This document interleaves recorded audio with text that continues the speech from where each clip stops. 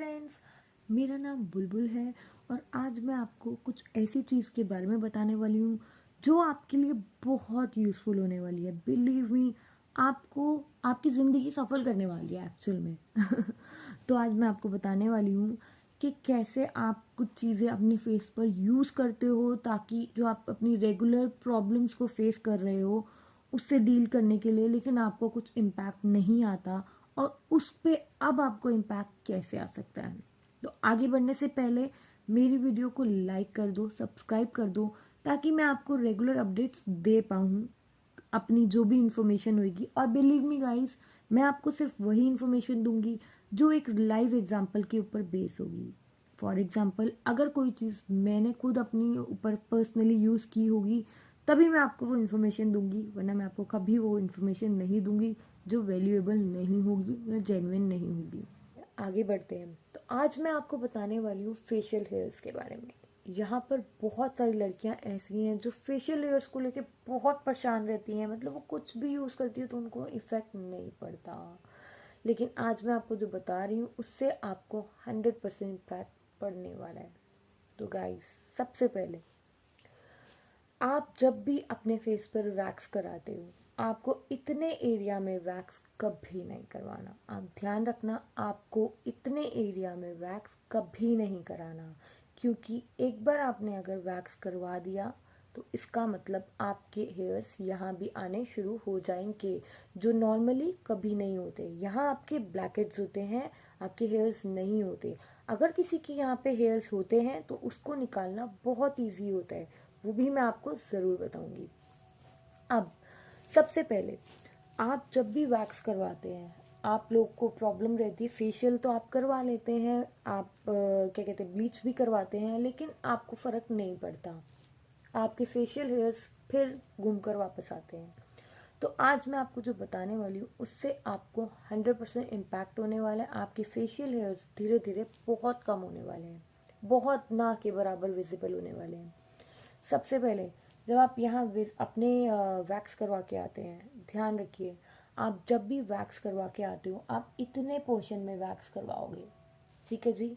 आप जब इतने पोर्शन में वैक्स करवा के आते हो तो उसके बाद आते साथ ही आपको मुल्तानी मिट्टी या फिर आपके घर के पास आपको सैंडल का पैक मिलेगा, आपको वो सैंडल का पैक ले लेना है, या फिर आपको मुल्तानी मिट्टी ले लेनी है, थोड़ा सा आपको रोज़ वाटर ले लेना है। वो आपको मिक्स करके, पूरा नहीं, आपके यूसेज के हिसाब से, थोड़ा सा मुल्तानी मिट्टी, थोड़ा सा पैक, उसके अंदर बहुत ज़रा सा रोज़ वाटर मिक्स करके उसका पूरा घोल बनाकर आपको इतने पार्ट पे लगा लेना है।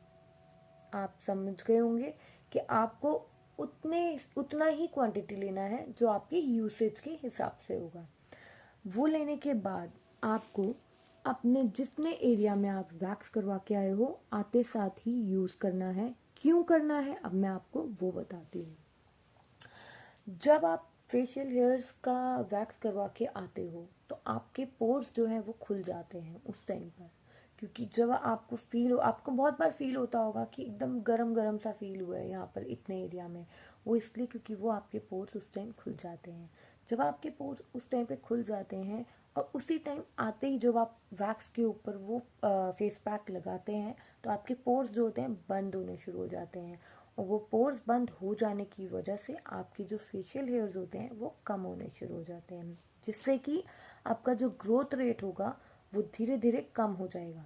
हाँ, ये ज़रूर है कि फर्स्ट अटेम्प्ट में आपको शायद इतना फ़र्क नहीं पड़ेगा, आपको सिर्फ 20% का फ़र्क पड़ेगा, लेकिन जैसे जैसे आपका फर्स्ट सेकेंड थर्ड इम्पैक्ट जाता है, सेकेंड इम्पैक्ट तक भी इनफैक्ट आपको क्लियरली विजिबल होगा, क्योंकि आपका ग्रोथ रेट कुछ ऐसा होता है।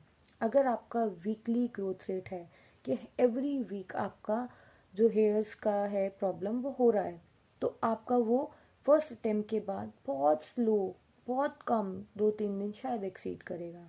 सेकेंड अटेम्प्ट के बाद वो 15 डेज तक 100% जाता है। थर्ड अटेम्प्ट होते होते वो और आगे बढ़ जाता है, और ऐसे करते करते आपके जो हेयर्स होते हैं उसका ग्रोथ रेट इतना कम हो जाता है कि वो ईजिली आते नहीं हैं, वो विजिबल नहीं होते हैं। वो आएंगे लेकिन इतने ज़्यादा एकदम वॉल्यूम में नहीं आएंगे। सबसे मोस्ट इम्पॉर्टेंट थिंग जो इसकी सबसे अच्छी चीज़ है कि आपके जो हेयर्स होते हैं वो बहुत पतला हो जाता है, बहुत पतला, कि कई बार वो नेचुरली खुद ही गिर जाता है। दूसरी बात जो आपको बहुत ध्यान रखनी है कि आपके ये जो नुस्खा है ये आपके अपर लिप्स के लिए नहीं है, थ्रेडिंग के हेयर्स के लिए नहीं है, क्योंकि ये जो आपका हेयर होता है वो बहुत मोटा होता है, तो आपके इन पार्ट पर वो इम्पैक्ट नहीं करेगा। तो अगर आप सोच रहे हो कि वो आप यहाँ यूज़ कर लोगे तो वो यहाँ यूज़ नहीं होगा, वो सिर्फ आपके फेशियल हेयर्स के लिए ही है। आप ध्यान रखना, आपको ये सिर्फ आपके इतने पार्ट पर और इतने पार्ट पर ही यूज़ करना है, क्योंकि आप ब्लीच करवाते हो, आप बहुत सी चीज़ें यूज़ करते हो, लेकिन बहुत से लोग ऐसे हैं जिनके जो वैक्स कराते हैं।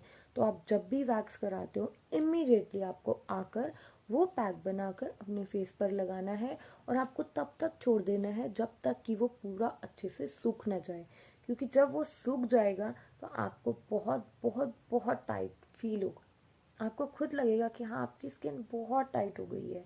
और जब आपको स्किन टाइट लग रही है इसका मतलब आपके फेस पर इम्पैक्ट होना शुरू हो गया है। तो आप ये चीज़ आपको ध्यान रखनी है, और आपको जैसे मैंने बताया बिल्कुल वैसे एकदम वैसे आपको यूज़ करना है, और मैं आपको गारंटी देती हूँ, आपको गारंटी के साथ बहुत बहुत बहुत अच्छा इम्पैक्ट होने वाला है।